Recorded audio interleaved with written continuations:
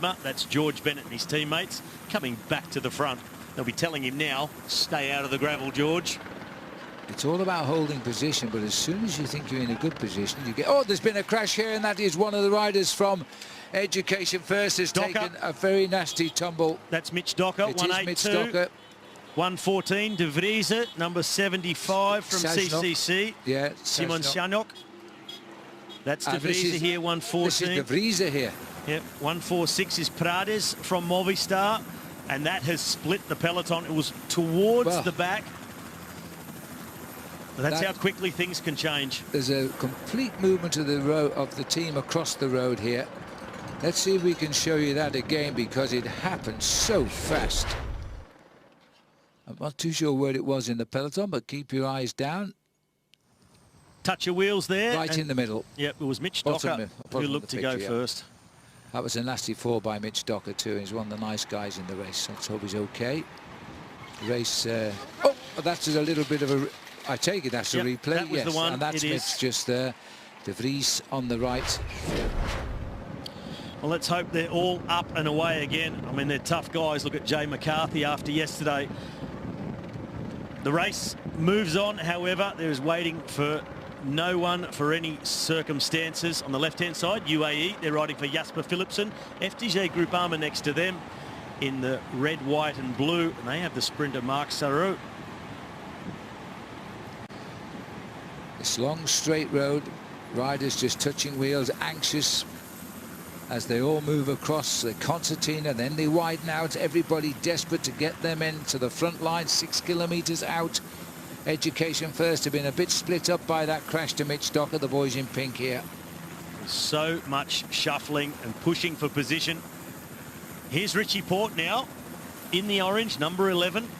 The leader, and he is now towards the back of the peloton. This is going to be trouble for Richie Porte, too far back. I'm sure this is going to split through that narrow section and those tight couple of turns in the last kilometre. Caleb Ewan also a long way back and just bumping with Sagan. That's Jure Sagan, the brother of.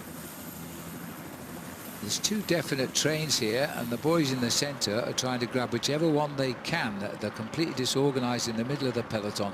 This is very, very desperate moment, and Porte will just pray for that 3 kilometre marker, and then he'll get the same time if there is any problem. Well, they're on the left-hand side. Cofidis, that's the team of Elia Viviani, but maybe he'll be sitting this one out, because he also has Consoni and Sabatini, fast men of that team. But Viviani, oh, there he is. He's now following back into the wheels of his teammates. Caleb Ewan, oh, another touch of wheels. Caleb Ewan just brushing the back wheel of number 65. That was Pavel Sivakov from the Ineos team, the man leading the young rider competition. Yeah. A lot of close calls, Phil. He's the highest ranked rider in the race. And there's another crash, I think, here. Well, that was George Bennett at the back. Forward left. Uni SA. Well, that must have been, again, I wonder if they just slipped off onto the gravel, and there's a little lip on the tar when they come back, and it might have taken that kid out. It looked like it might have been Kell O'Brien on that occasion. 5 kilometres to go now. Current speed, 56.2 kilometres an hour. The lead-out trains, they are starting to form. De Koning Quickstep, they got it perfectly right in Tanunda on stage 1, and they are underway. This is now an acceleration to hit that point, that narrowing in the road when they cross the railway. They are taking control for Sam Bennett. Absolutely, they are. Sam Bennett is 5th in line with the multicoloured crash helmet as champion of Ireland. And De Koning are the experts. They're called the Wolf Pack, and they're baying as they now try to drag this so fast that they can't have these crashes.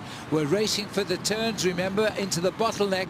This is the most crucial and arguably the most dangerous part of the race today. At 4.3 kilometres to go, we're racing towards it at 56 kilometres an hour. The Wolf Pack are flying. Well, timing is everything when it comes to the lead out, not just the sprint itself, but getting the prime position as you come to that point. De Koning Quickstep, they are being guided by the man in the middle, Ilio Kasa, the track specialist. He is guiding behind him, Mikael Murku, and he has Bennett in his wheel, but they're not got it all their own way. Lotto Soudal now moving up right on the centre line. This is very, very unnerving for the riders now. The boys at the back are already out of the race. The men at the front are using their shoulders and everything else they've got to hold position. The white jerseys of De Koning Quickstep, the most successful winning team for the past 2 years, have got control of the inside for Sam Bennett. Archibald, he's the fourth man in line to Koning Quickstep. Just a quick check over his shoulder. He checks the whereabouts of Merkel. He has Sam Bennett in his wheel. Little breeze off the right-hand side. It's why they're on the left, leaving just enough room on the inside for Sam Bennett. He's completely surrounded, and Cofidis plus Ineos pushing their way up that side. Still got 3 De Koning riders at the front, as now there's a surge forward. As going up is Daryl Impey trying to get in. Remember, Daryl Impey is not in white today as champion of South Africa. He's in blue as leader of the Zip Track points competition. Quite a complicated sprint this afternoon. If Impey can force himself onto the back of this lead-out train, he could well track in for second and third, and that could net him the Oka leader's jersey. Richie Porte, we can't spot him at the moment. Mads Pedersen is out on the left. They're trying to bring him forward. Lotto Soudal now. They're now up the front with Caleb Ewan, tucked in behind. Just a little elbow to the man to his left, and he's in position. Yes, a first 3 finish for Daryl Impey is enough to give him Oka tonight with 2 days to go. 700 metres to that narrow section now, Phil. Ineos hit the front. Ian Stannard has been guiding Rowan Dennis. This is the most important point for the GC contenders. This is where I believe it could split straight after they come through it. There's the little rise. That's going to be very helpful just to check the speed at 56 kilometres an hour at the moment. Then we go up this little rise into the bottleneck. We're 2 kilometres out from the finish. Bit difficult for us to get to the front now to show you the action just at the moment. Riders swinging off to the right. Their job is done. There is the railway. The witches' hats are across the road. They've got to go left here. They've got to go left. The right riders will go off the course. There's the squeeze. They've got to go inside the traffic island, across the railway. FDJ are on the front. De Koning Quickstep, a quick check by Archibald. Yes, you have the whole team in your wheel. Sam Bennett in fourth wheel. Saru has been brought into very good position by FDJ. Now it's along Railway Terrace. Look at the length of the peloton now. It's only in the front 20 riders now the winner will come from. 1.2 kilometres out to go. Off the road onto the gravel on the left-hand side. Caleb Ewan off into the gravel briefly. He's behind the train of confidence for Elia Viviani. 1 kilometre to go. Under the control of the Wolfpack, but are they going to hold control all the way to the line for Sam Bennett?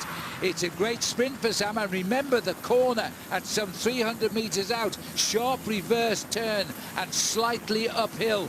But, you know, Daryl Impey is still there, watching and waiting. The Quickstep team split up now. Merku, he tracks the Cofidis team. So Quickstep, they were split. De Koning, the riders there. FDJ now have front.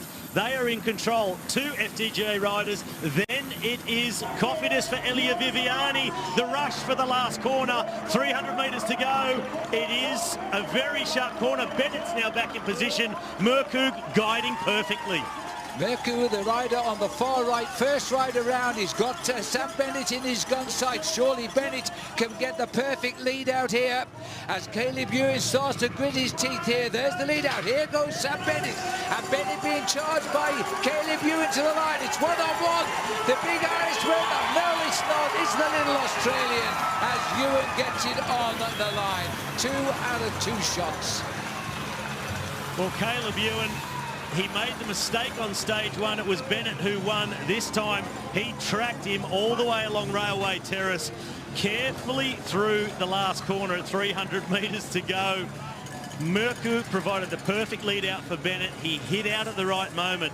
But Caleb Ewan can fit in the smallest of slipstreams. He burst out, and just like on stage 2 to Sterling, when he really gets wound up, he is the man to beat in the World Tour peloton. I think this year he's come out fighting. I think he really is the fastest finisher. Just take a look at this now. Well, there's Ewan right in the middle, and he's next to Viviani, about 8 riders back on the wheel of Sam Bennett. Look for the red jersey with the white cross. That's Merku. He's in 5th wheel now. Bennett follows him through, and Caleb Ewan perfectly positioned. So although they're 4th, 5th, Merku knows exactly what he needs to do, passes a couple more riders, but look at Caleb Ewan. He is glued, fifth wheel. He's on Sam Bennett, a little bit wider. Oof, squeezes through the gap in the corner, and then it's Merku on the front.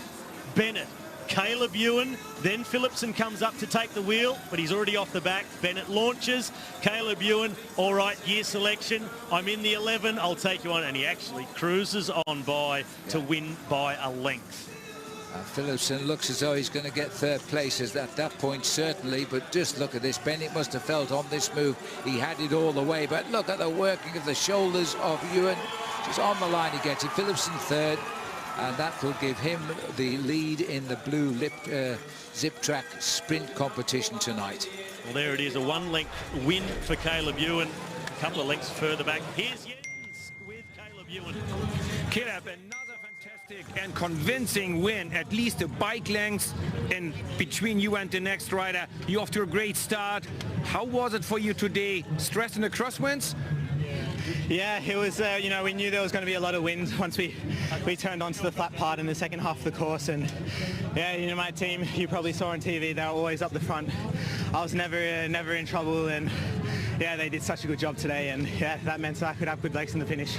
And how was it negotiating that little tricky part at 1.6 kilometers when you came from a wider road to a smaller road crossing a railway section? How was that part? Was it really tricky and complicated or dangerous?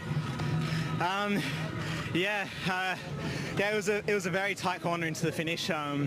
But to be honest, you know, I like it when there's a bit of a corner, a bit of a technical finish. And I just told my last man, Roger, to put me on the wheel of Sam Bennett, and that's what he did. You know, I was off the road a little bit actually with the kilometres to go, but yeah, luckily he was still there and he got me on the wheel. And yeah, that's exactly where I wanted to be in that last corner. So another fantastic win, and maybe one more to go tomorrow? Yeah, you know, tomorrow is one of those stages that could go either way. Last time we did this finish, or this last part of the race, I got dropped on the climb, so I hope my legs are better tomorrow. Best of luck for tomorrow. Thank you. Well, that victory for Caleb Ewan was in history his 9th overall win in this race.